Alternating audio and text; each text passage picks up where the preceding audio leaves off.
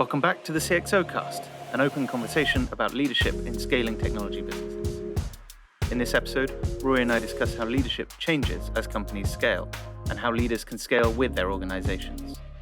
If you enjoyed the episode, consider subscribing to be notified whenever another episode comes out, and drop us a question or a comment below.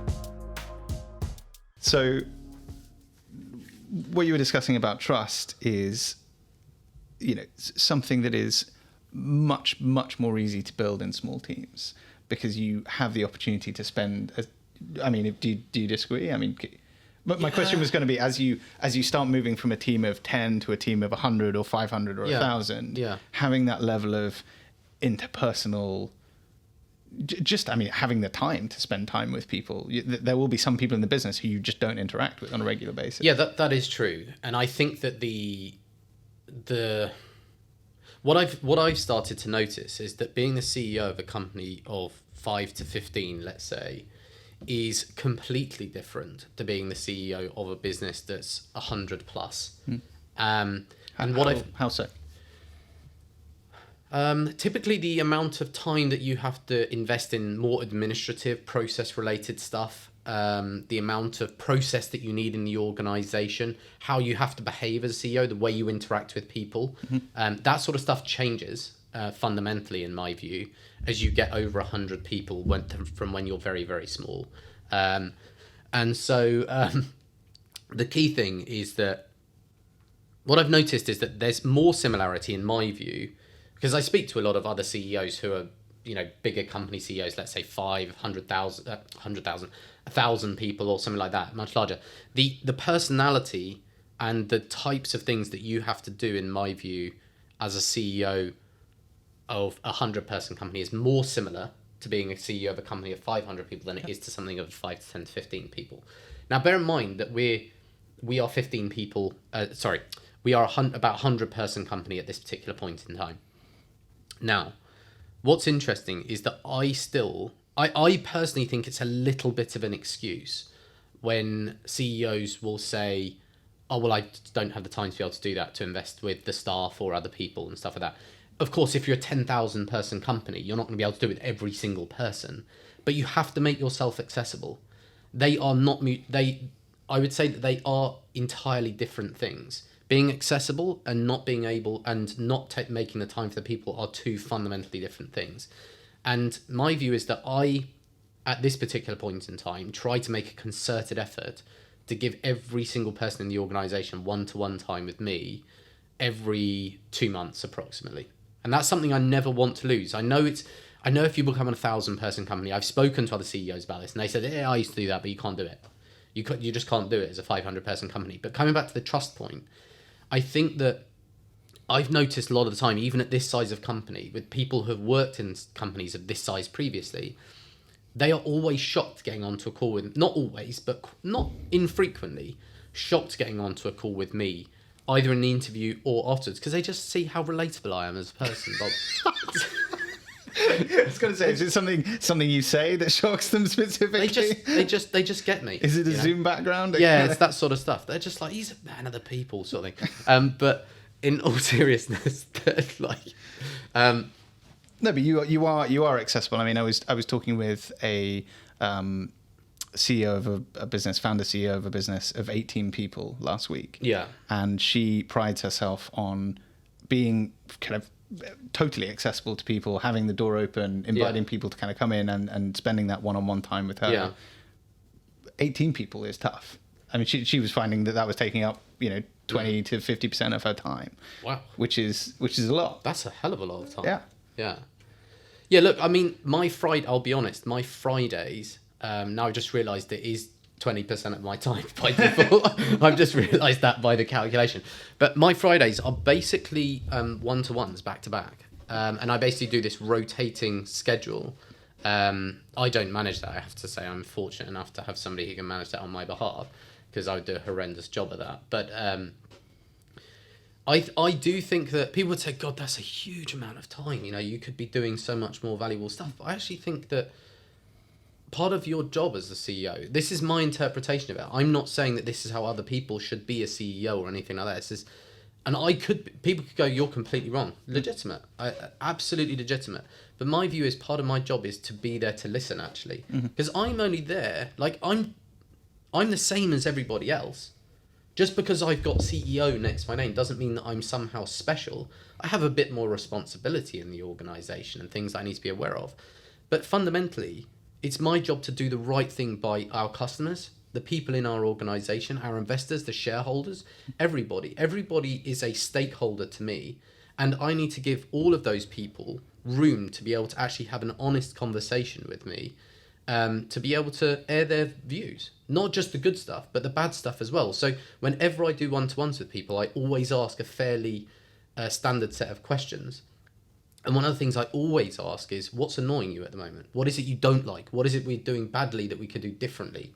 And things of that nature. And so I think that you can build that trust in a larger organization. You have to do it through different mechanisms. Doing one-to-ones with 5,000, 10,000 people, whatever it may be, is impractical.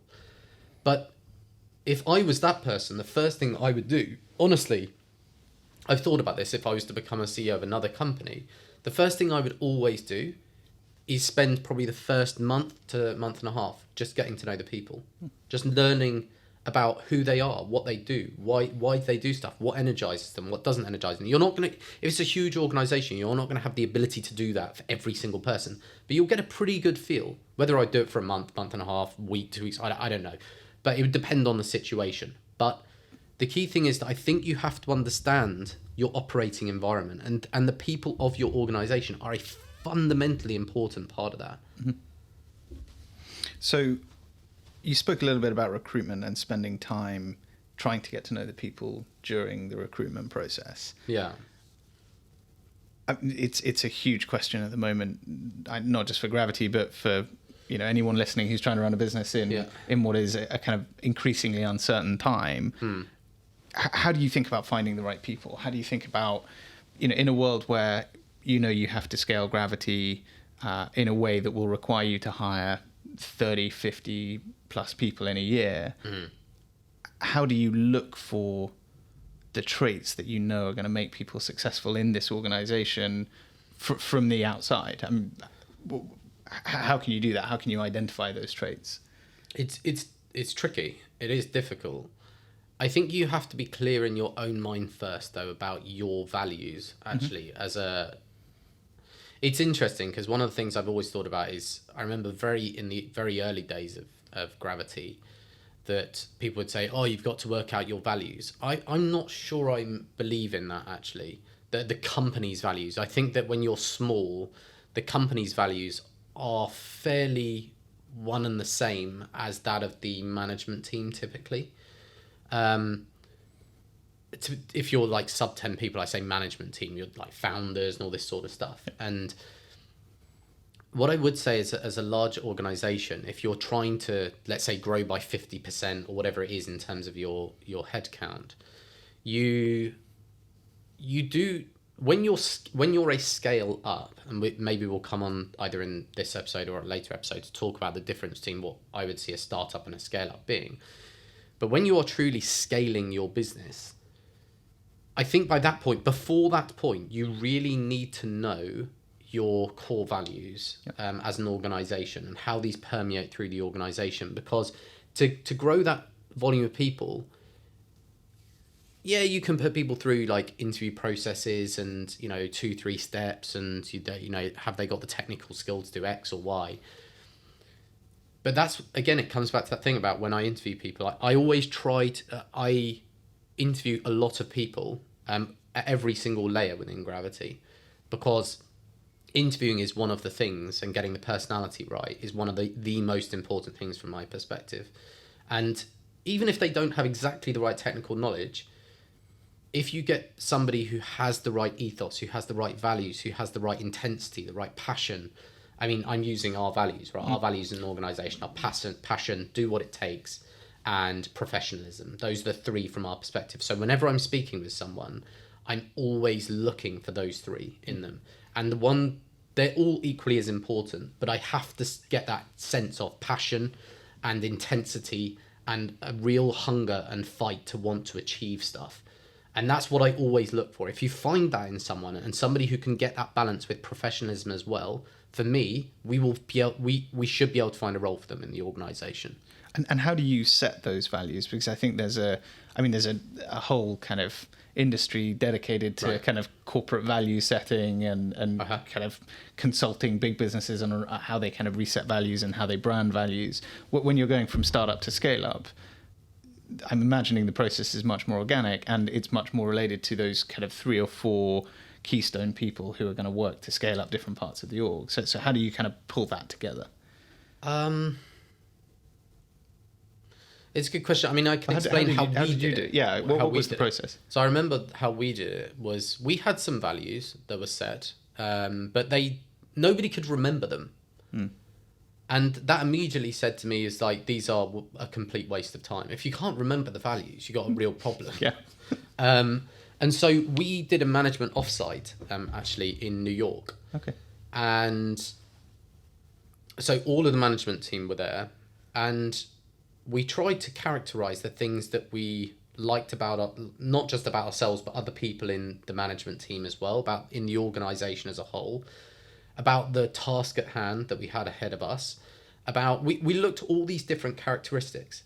And the way that I did it, this could be completely wrong, by the way, but the way that I did it was that I gave everybody the opportunity, and this is actually quite when we do management offsites, I use this format quite a lot in actual fact, is I say, right, each of you go away and take 10 minutes and just think on your own. Just think.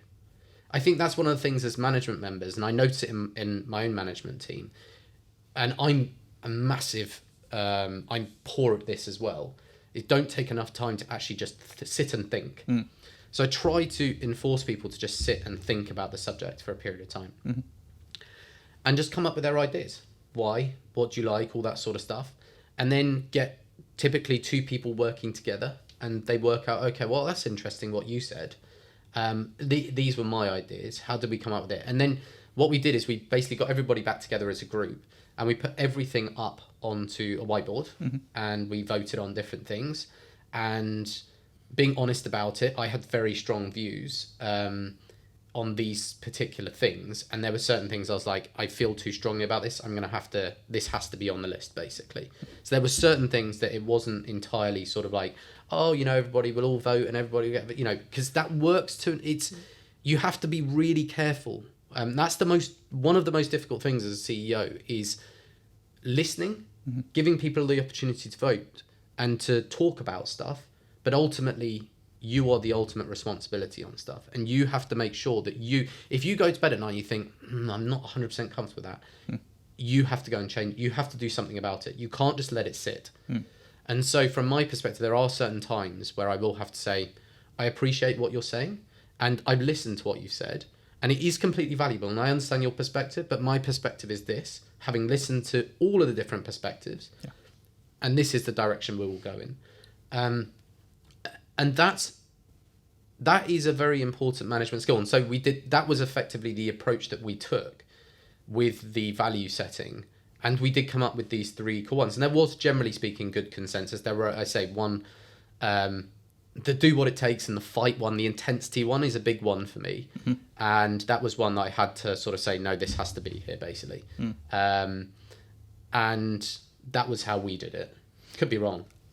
I don't think there's a right way or a wrong way, but I was interested in your experience of it, because I think that a lot of the time, I mean, I've definitely worked in organizations that had very aspirational values that no one could remember. I think that's an experience a lot of people have, actually, which is, our values are, I don't know, I'll pick something like customer centricity. Right. And that's important to run a business for sure. But does it actually kind of operationally impact how people work day to day? Do people perform different actions in their day to day because of a specific value?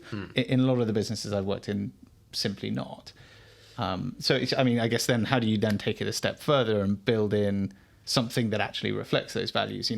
You come back from New York, you've got some things on paper that reflect how you as a team want to work together. How do you translate aspiration into reality?